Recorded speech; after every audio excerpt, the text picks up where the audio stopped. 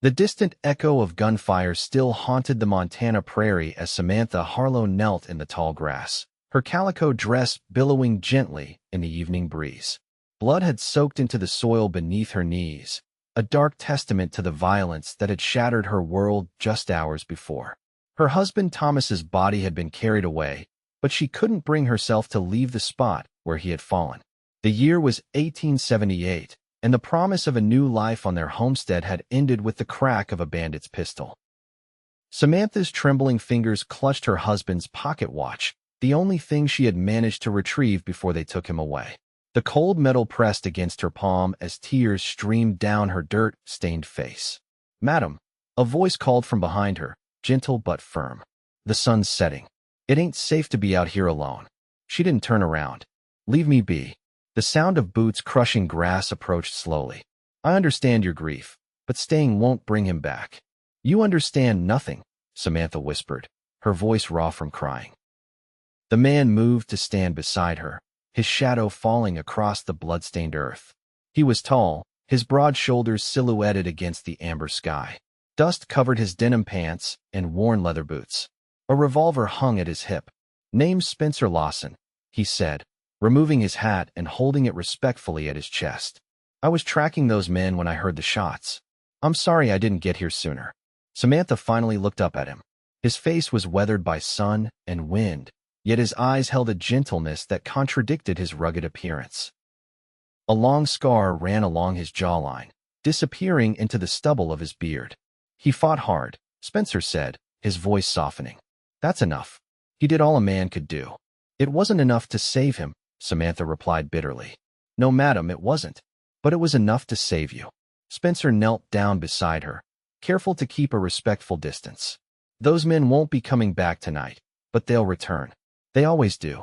And I don't reckon you want to be here when they do." The reality of her situation washed over Samantha like ice water. Thomas was gone. Their dream of building a life together on the frontier had died with him. She was alone, miles from the nearest town, with nothing but a half-built cabin and dwindling supplies. "I have nowhere to go," she admitted, her voice barely audible above the rustling prairie grass. Spencer stood and offered his hand. "I know a place. It ain't much, but it's safe. We can figure out the rest tomorrow." Samantha hesitated, studying the stranger's face for any sign of deception. All she saw was the same quiet determination she'd seen in her husband's eyes when they'd first decided to venture west from Boston 2 years ago. With a deep breath, she took his hand and allowed him to help her to her feet. "My horse is just over that ridge," Spencer said, nodding toward the west. "Can you ride?" "Yes," Samantha replied, straightening her shoulders. "My father taught me before." She trailed off, realizing how little her privileged upbringing had prepared her for this harsh reality. Spencer led her to where a chestnut mare was tethered to a scrub oak.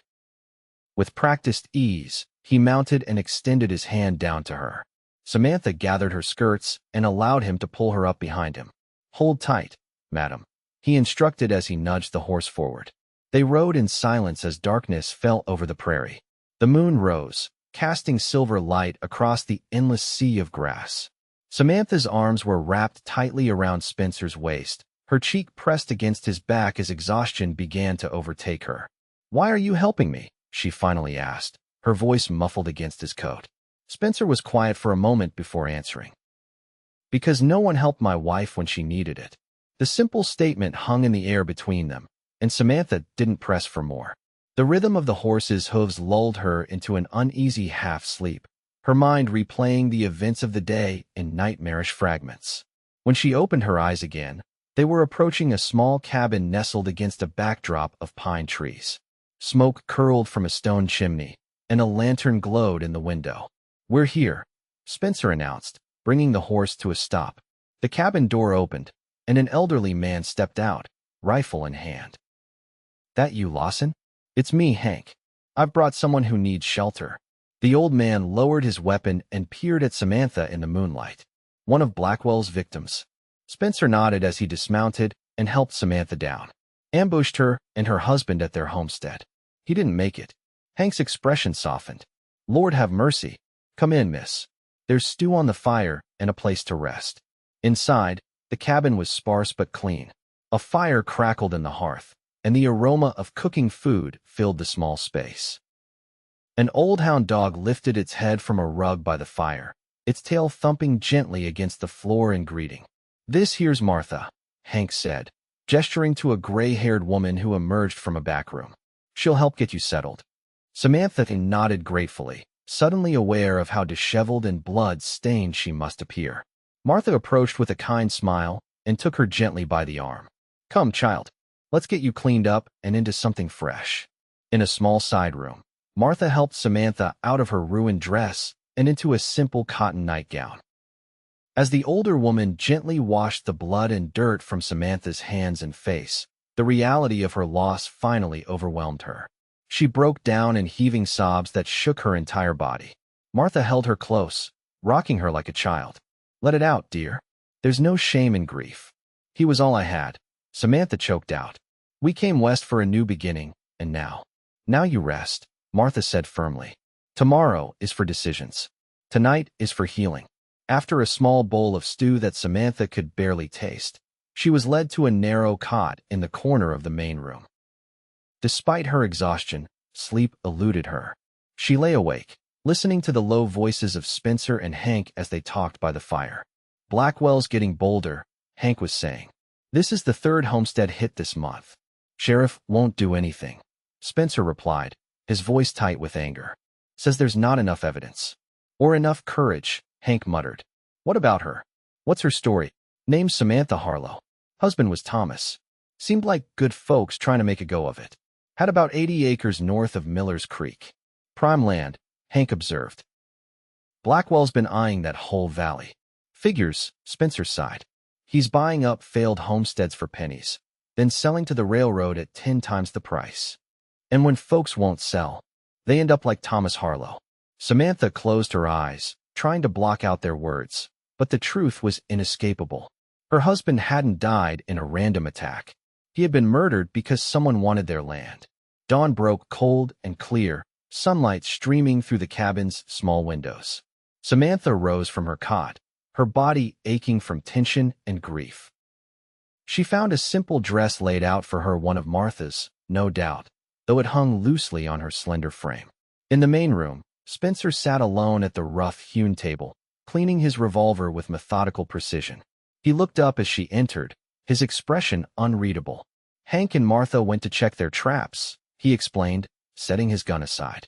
"There's coffee in the pot." Samantha poured herself a cup and sat across from him, her hands wrapped around the warm mug. "I heard you talking last night," she said, "about a man named Blackwell." Spencer's jaw tightened. "Gerald Blackwell. Came out here 5 years ago with nothing. Now he owns half the county and has the sheriff in his pocket. And you think he's behind what happened to my husband?" "I know he is," Spencer replied grimly. "He's been forcing settlers off their land all across the territory. Some sell out of fear. Others—" He didn't need to finish the thought. Samantha set down her cup with a determined clink. "I want to go back to our homestead." "That ain't wise, madam. I need to get our things. Documents, money we had hidden." She lifted her chin. "And I need to bury my husband properly." Spencer studied her for a long moment. "The marshal took your husband's body to town. As for your land—" He hesitated. "Blackwell's men will be watching it. I won't be driven away like a frightened animal," Samantha insisted, rising to her feet. "That land belongs to me now, and I intend to claim what's mine." A flicker of respect crossed Spencer's face.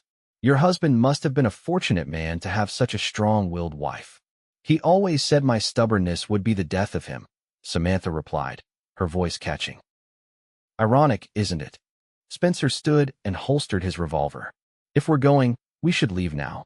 Be there by midday, before Blackwell's men start their evening patrols."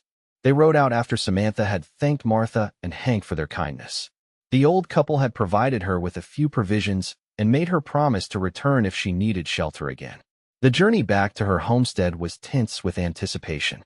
Spencer rode beside her now, having borrowed Hank's spare horse for her use. He kept his rifle across his lap, eyes constantly scanning the horizon for any sign of danger. "How did you come to be out here?" Samantha asked as they rode, partly to distract herself from her growing anxiety. Spencer's expression darkened. "I was a deputy marshal in Kansas. My wife Sarah and I had plans to start a ranch out here. He paused, his gaze fixed on some distant point. 3 years ago, I was away tracking a fugitive when Blackwell's men came to our land. Sarah refused to sell. Samantha's heart constricted. What happened? They burned our cabin with her inside, Spencer said flatly. By the time I got back, Blackwell had already filed a claim on our land. Said it was abandoned. I'm sorry, Samantha whispered, understanding now why he had helped her. They shared the same pain, the same loss. I've been tracking Blackwell's operations ever since, Spencer continued after a moment. Gathering evidence, waiting for the right time to bring him down. And when will that time come? Spencer turned to look at her, his eyes hard with determination. Soon. The sun was directly overhead when they crested the final rise overlooking Samantha's homestead. The half-built cabin stood eerily silent in the distance, a painful reminder of unfinished dreams. The field where Thomas had fallen was empty now, but Samantha could still see the dark stain on the earth. Spencer raised his hand, signaling her to stop. Something's not right, he murmured, scanning the property with narrowed eyes. Samantha followed his gaze, but saw nothing amiss. What is it? Smoke, he said, pointing to a thin gray line rising behind the cabin. Someone's there. They approached cautiously, keeping to the cover of a line of cottonwoods that ran along the property's edge. As they drew closer, voices became audible men's voices, rough with laughter. Stay here, Spencer instructed, dismounting and drawing his rifle. No, Samantha protested, sliding down from her horse. This is my home. Spencer looked as though he might argue, but instead handed her a small pistol from his saddlebag. Stay behind me. They crept forward together, moving from tree to tree until they could see the back of the cabin. 3 men had made camp there, a small fire burning between them as they passed a bottle back and forth. Blackwell's men, Spencer whispered. They're waiting to see if anyone comes back. Samantha's finger tightened on the pistol's trigger as rage coursed through her. These men might have been the ones who killed Thomas. They were certainly here to steal what remained of her life. We're outnumbered, Spencer said, as if reading her thoughts. We need to be smart about this. Before they could retreat, one of the men stood up and stretched, turning in their direction. His eyes widened as he spotted them, and he reached for his gun. Run, Spencer shouted, pushing Samantha back toward the trees as he fired a warning shot over the men's heads. Chaos erupted as bullets splintered bark around them. Samantha ran, heart pounding, the sound of gunfire echoing behind her. She reached the horses and turned to see Spencer backing toward her, firing methodically as he moved. One of the bandits cried out and fell, clutching his shoulder. The others took cover behind the cabin, continuing to shoot even as Spencer mounted his horse in one fluid motion. Go, he commanded, and Samantha didn't hesitate.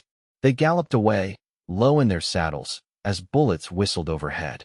They didn't slow until they had put several miles between themselves and the homestead, finally stopping in a small grove of trees beside a creek. Spencer dismounted first, checking his horse for injuries before turning to help Samantha down. Are you hit? He asked urgently, scanning her for wounds. No, she gasped, her hands shaking so badly she nearly dropped the pistol as she returned it to him. But you are. Spencer looked down in surprise at the bloodstains spreading across his left sleeve. Just a graze, he dismissed, though his face had paled slightly. Samantha led him to the creek's edge and made him sit on a fallen log while she examined the wound. The bullet had indeed only grazed his arm, but the cut was deep and bleeding freely. We need to clean this, she said, tearing a strip from her petticoat. She soaked the cloth in the cool creek water and began gently washing away the blood. You've done this before, Spencer observed, watching her work with steady hands. My father was a doctor, Samantha explained. He insisted I learn basic medical care before I married Thomas and moved west. She managed a small, sad smile. He said there wouldn't be hospitals on the frontier. Smart man. Yes, he was, Samantha agreed, binding the wound with another strip of fabric. There. It should hold until we can get back to Hank and Martha's. Spencer flexed his arm experimentally. Thank you. His eyes met hers, and for a moment, something passed between them, a shared understanding, perhaps, or simply the recognition of finding an unexpected ally in a hostile world. The moment was broken by the distant sound of hoofbeats.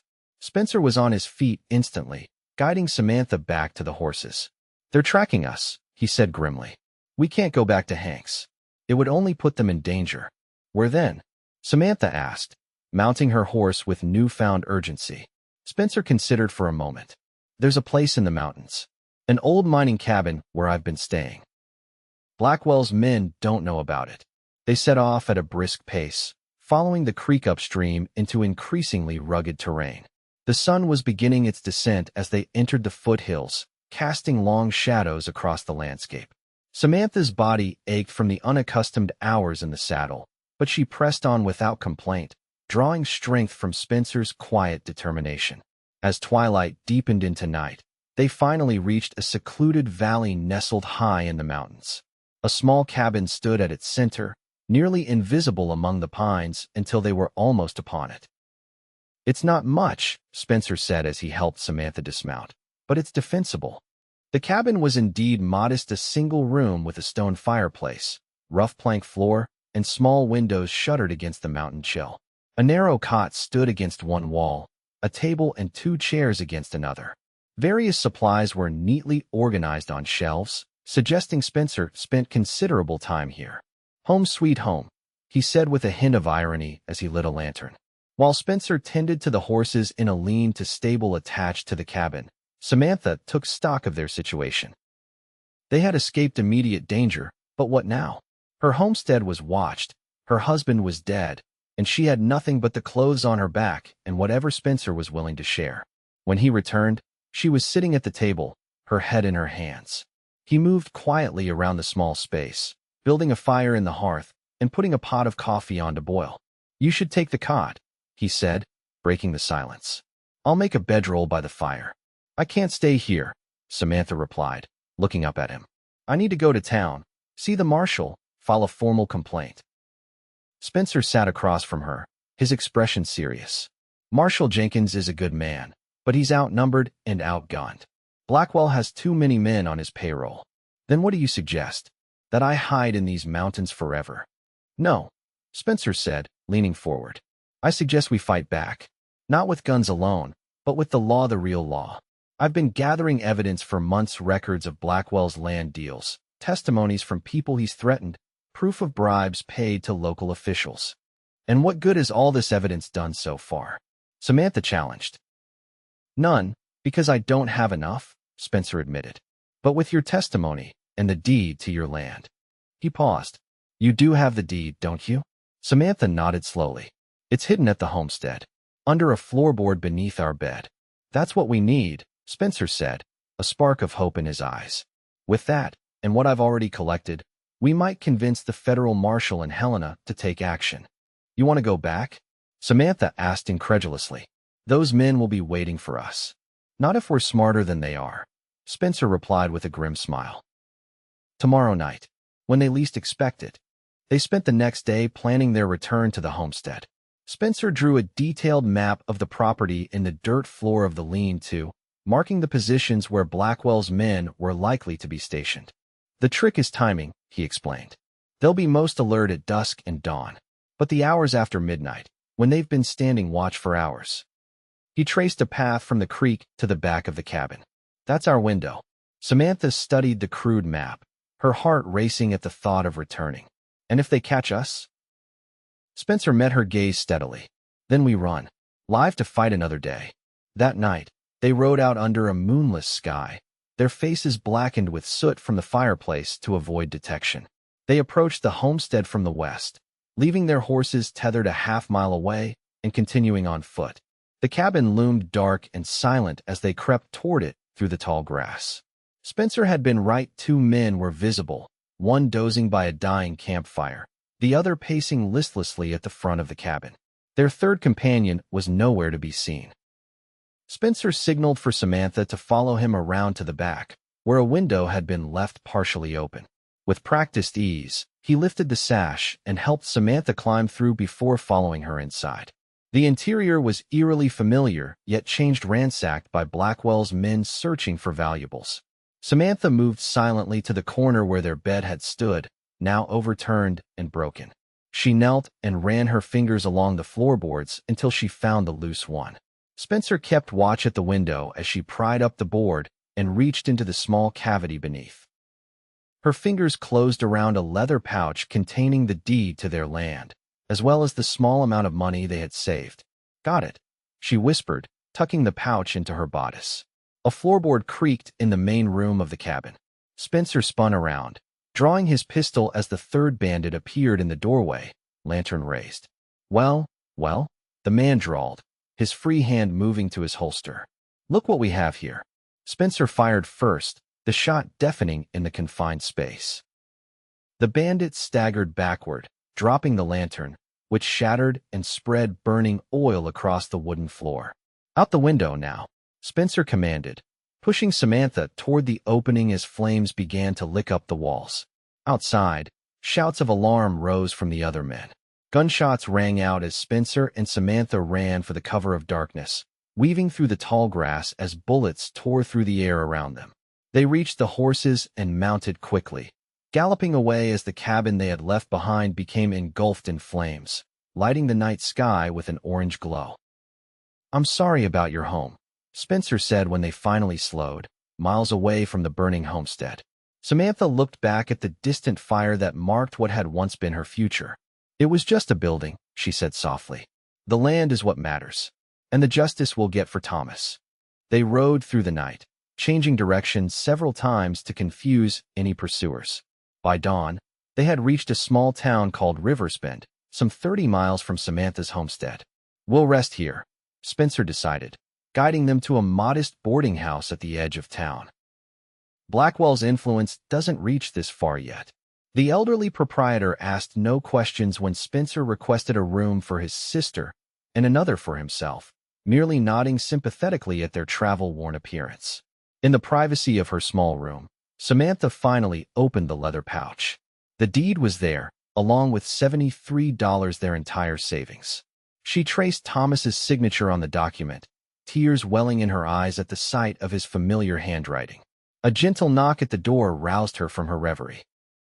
Spencer entered at her invitation, carrying a tray with bread, cheese, and coffee. "Thought you might be hungry," he said, setting the tray on a small table by the window. Samantha gestured to the bed where she had laid out the contents of the pouch. "It's all here. The deed, the money." Spencer examined the document carefully. "This is good," he said with satisfaction. "This proves you're the rightful owner. Blackwell can't claim the land was abandoned." "What now?" Samantha asked, accepting a cup of coffee from him. "Now we go to Helena," Spencer replied, sitting beside her. "I have a contact there, a federal judge who's been investigating corruption in the territory. With your testimony and this evidence, we might finally have enough to bring Blackwell down." And then, the question hung between them, heavy with unspoken meaning. Spencer looked away, his profile etched against the morning light streaming through the window. "I don't know," he admitted. "I've been chasing justice for so long, I haven't thought much beyond it." Samantha placed her hand gently on his. "We've both lost everything once. Perhaps." She hesitated. "Perhaps we don't have to lose everything again."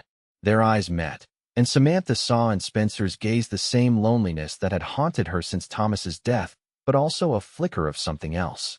"Hope, perhaps, or the beginning of it. We should rest," he said softly, though he made no move to withdraw his hand from hers. "Tomorrow will be a long day."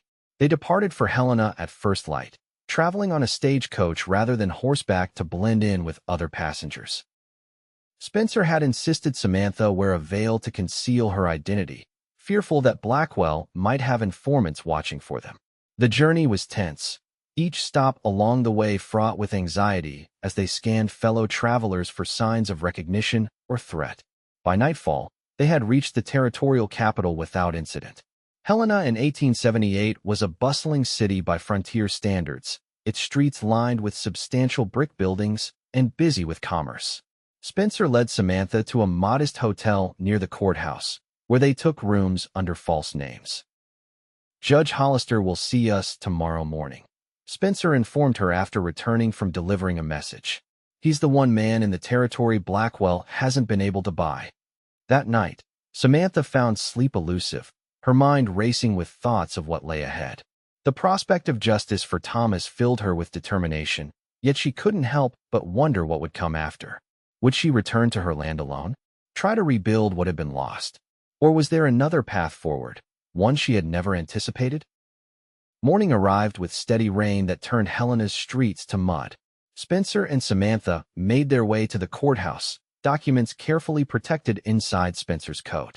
Judge Hollister received them in his chambers, a stern-faced man with piercing blue eyes and a reputation for incorruptibility.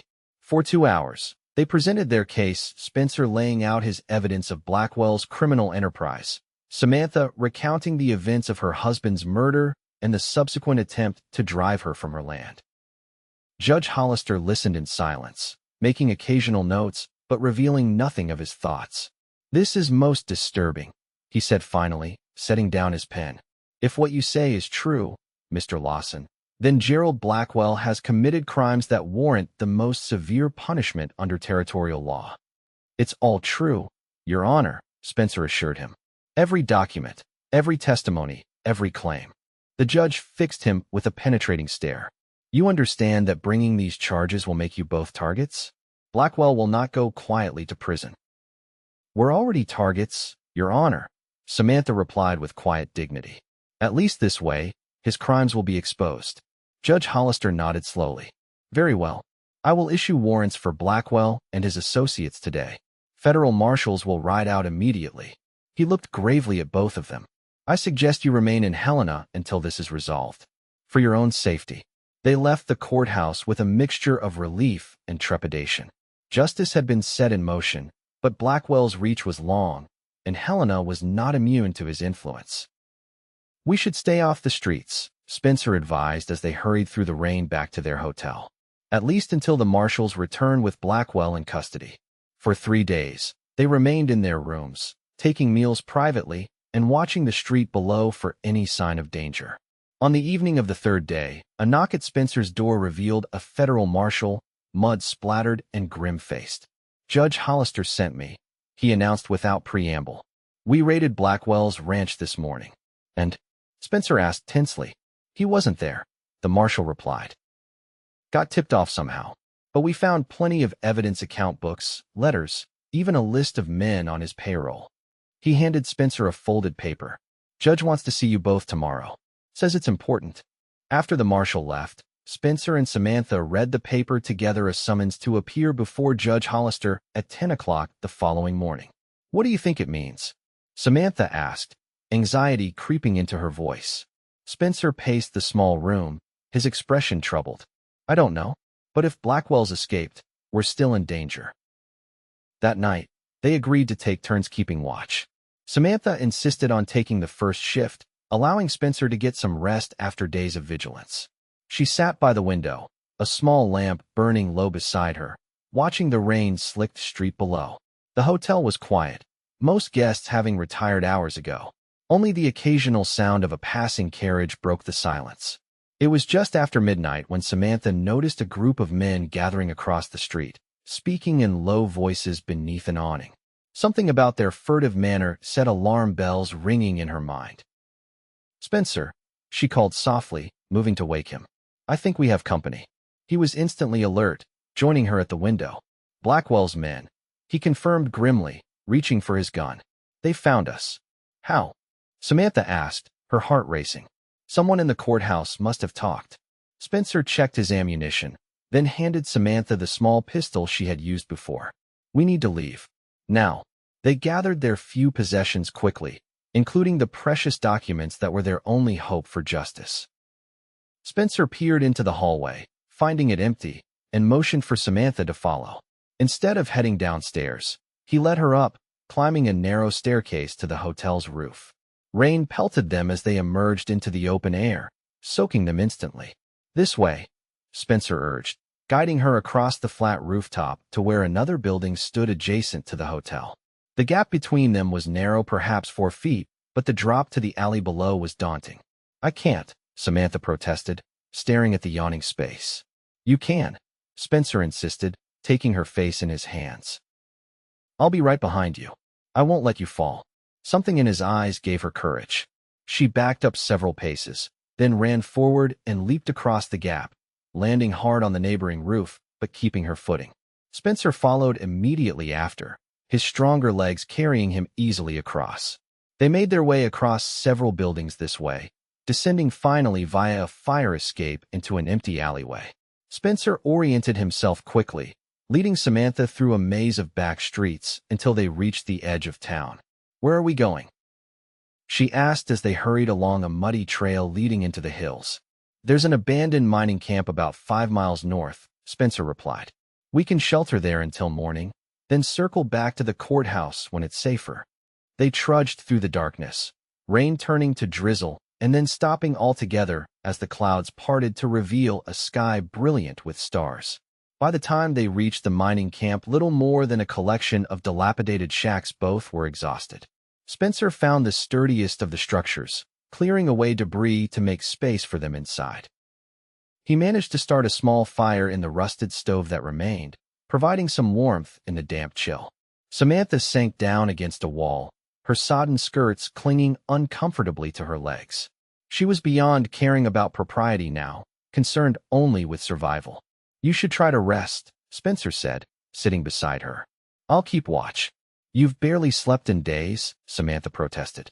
"We're safe here, at least for now." Spencer smiled wryly. "Stubborn as always." "You're one to talk," she returned, managing a small smile of her own. They sat in companionable silence for a time, watching the flames dance behind the stove's cracked iron door.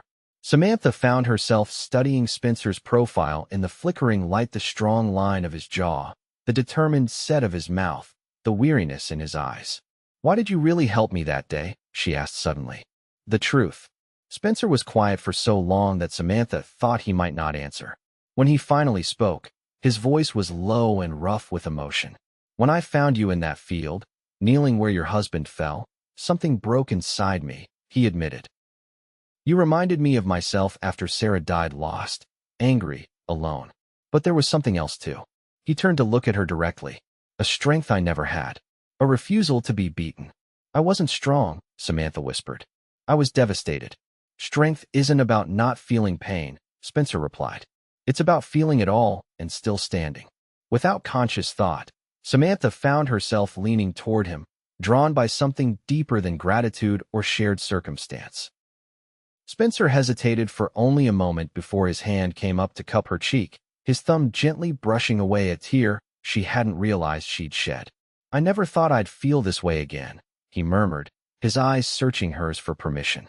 "Neither did I," Samantha confessed. When their lips finally met, it was gentle at first, tentative, questioning. Then something ignited between them, a hunger born of shared loss and newfound hope. Spencer's arms encircled her, drawing her closer as the kiss deepened into something passionate and affirming. They broke apart at last, breathless and wondering. Samantha rested her forehead against his, emotions swelling in her chest. "What happens now?" she asked softly. Before Spencer could answer, a voice called from outside the shack. "Lawson? Mrs. Harlow? It's Marshal Daniels. Judge Hollister sent me to find you." They exchanged a startled glance before Spencer moved cautiously to the door, gun drawn. "How do we know you're alone?" "You don't," came the frank reply. "But I've got news you'll want to hear." Spencer opened the door a crack, revealing a solitary figure silhouetted against the pre-dawn sky. The marshal stood with hands visible, no weapon drawn. "Blackwell's been captured," he announced without preamble. "Tried to flee across the border into Canada. Territorial militia caught him at the crossing." Relief washed over Samantha so intensely that her knees nearly buckled. Spencer's arm came around her waist, steadying her. "It's over?" she asked, hardly daring to believe it. "Not quite," the marshal replied. "Judge Hollister wants you both at the courthouse at 10. There's still testimony to be given, charges to be filed. But Blackwell's reign is finished." The journey back to Helena was bathed in the golden light of dawn, the world seemingly transformed by the news of Blackwell's capture. Samantha rode beside Spencer, their hands occasionally brushing in silent acknowledgement of what had passed between them. Judge Hollister received them in his chambers once more, his stern demeanor softened somewhat by satisfaction. "Gerald Blackwell will stand trial for multiple counts of murder, fraud, and corruption," he informed them. Thanks in no small part to your courage. What about his men? Spencer asked. The ones who carried out his orders? Many have been arrested, the judge assured him. Others are turning on Blackwell to save themselves. This conspiracy is unraveling quickly. He turned his attention to Samantha. As for your land, Mrs. Harlow, it remains legally yours. Once the trials are concluded, you'll be free to return to it or sell it, if you prefer. Samantha nodded, though the thought of returning to the place where Thomas had died now filled her with mixed emotions. There's one more matter, Judge Hollister continued, drawing a document from his desk. In light of your assistance in this case, the territorial governor has authorized a deputy marshal's commission for Mr. Lawson, should he wish to resume his former profession. Spencer accepted the paper with surprise. Thank you, Your Honor. As they left the courthouse, stepping into the bright Montana morning, Samantha felt a strange lightness, as if a burden she had carried for so long had finally been lifted. What will you do now? Spencer asked as they paused on the courthouse steps. Samantha looked out at the bustling street, considering her options. I don't know if I can go back to the homestead, she admitted. Not alone. You don't have to be alone, Spencer said quietly, taking her hand in his. Unless you want to be. She turned to face him, seeing in his eyes the same tentative hope that bloomed in her heart. What about your commission? A deputy marshal needs somewhere to call home, he replied with a small smile. Somewhere to build a future. 6 months later, Samantha stood once more in the field where Thomas had fallen. The grass had grown tall again, erasing all visible traces of that terrible day. Beside her, Spencer waited patiently, understanding her need for this moment of remembrance. He fought hard, Spencer said softly, echoing the words he had spoken to her on that fateful evening. That's enough. Yes, Samantha agreed, raising her face to the warm summer breeze. It was enough. She turned away from the past and toward Spencer, taking his outstretched hand. Together, they walked to the new cabin they had built, not on the site of the old one with its painful memories, but on a gentle rise overlooking a creek that ran silver in the sunlight. Inside, the cabin was filled with the evidence of their shared life: Spencer's books beside Samantha's sewing basket, a deputy marshal's badge hanging near the door, a marriage certificate dated just 3 months past framed on the wall. Life on the frontier remained challenging, but no longer lonely. Spencer's position as deputy marshal brought its own dangers, but also respect and purpose. Samantha had found her own calling, using her knowledge of medicine to help neighboring homesteaders when illness or injury struck. And in the quiet evenings, when Spencer returned from his patrols and they sat together before the fire, Samantha knew with certainty that out of great loss had come an unexpected gift, a second chance at love, stronger perhaps for having known sorrow's depth. No regrets? Spencer asked, as he often did, drawing her close against his side. Samantha smiled, resting her head on his shoulder. None, she replied. And in her heart, she knew it was true.